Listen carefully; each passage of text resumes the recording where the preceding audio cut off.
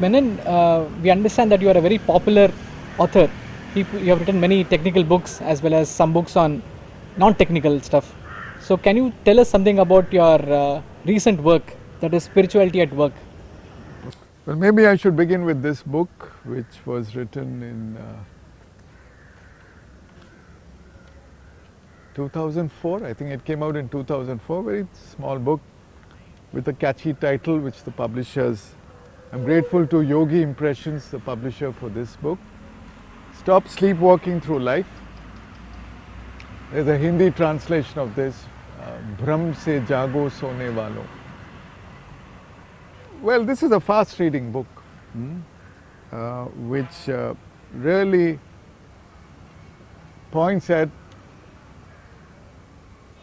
the many issues in life that we keep evading, and the fact that unless we wake up from this delusion, from this illusion, we're going to continue sleepwalking through life, and it's important to wake up. So that was way back.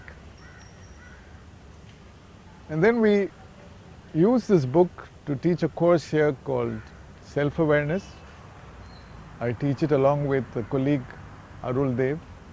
There are many other books covered. That course is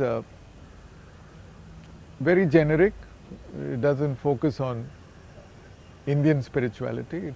It covers Sufism, a bit of Judaism, a lot of Christianity, a lot of Buddhism, and some meditations.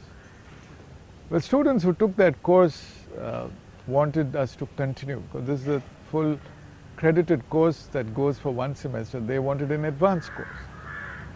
We had many options, and I had this inner calling to focus on the Bhagavad Gita. And so that course was exclusively on the Bhagavad Gita. The course is called Integral Karmayoga. I think the first of its kind offered anywhere. And I had to shortlist some verses from the Gita. We shortlisted 162 verses out of 700 and put them in a thematic sequence. And those lecture notes were later converted into a book. It's called Spirituality at Work, again published by Yogi Impressions.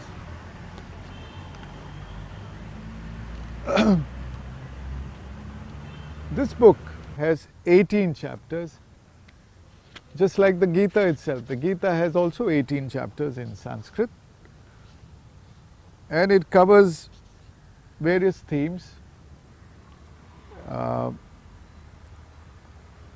It begins with Arjuna's dejection, and it ends with the final supreme teaching. But it's a very graded course. The themes have been selected in such a way that it answers the questions that the students invariably come up with. And there are many questions. There are some pictures as well. There are verses in which I have translated into English, and I've tried to break down the original Devanagari verses, broken the sandhi so that the English line is it has got its appropriate Sanskrit split. But even if you don't know Sanskrit, there's no issues. We have a lot of foreigners also attending this course, and we hope these video lectures will help people who don't have access to IIT Madras. By the way, we restrict the number of students attending this course to what can be accommodated in the hall, less than 100. But we hope that you can use this book. You need this book in these video lectures, because we go through chapter by chapter in great depth. So if you want to listen to the video lectures, get hold of a copy of the book. There's an e-book version of this also available on Kindle. You can contact the publishers or Amazon or Flipkart and get hold of the book. So this book hopefully will fill in the gap related to the understanding the teachings of the Bhagavad Gita. There are basically 3 yogas which are integrated here. That's why we use the word Integral Karmayoga. The focus is on work. See, many of us have, especially in India, an understanding that spirituality will make you into a monk, a renunciate.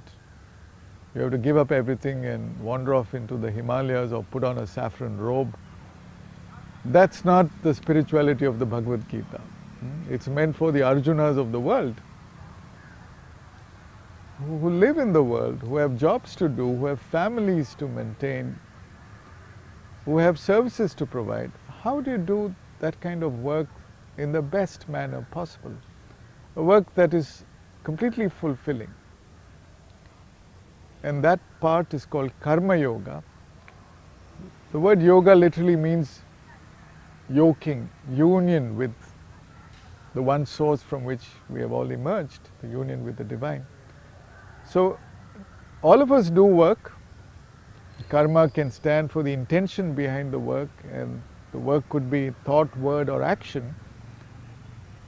But there's a difference between being centered in your soul and doing work with that connection, with that connectivity. The Gita uses the word yukta.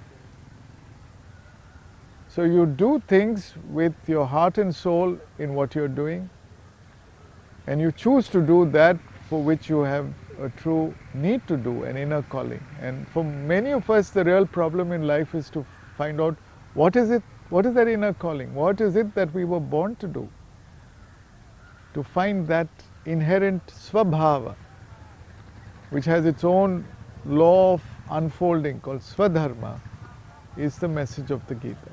So that's karma. Then we also have Gyana Yoga. A lot of this is Gyana Yoga, especially for many of us who are intellectually inclined, who like to ask a lot of questions. Who are we? Why are we? How are we connected with the universe? So there's a lot of philosophy and metaphysics and psychology linked to this. And finally, there is the aspect of love and devotion, which is Bhakti Yoga. So all 3 integrated together is what we call Integral Karma Yoga.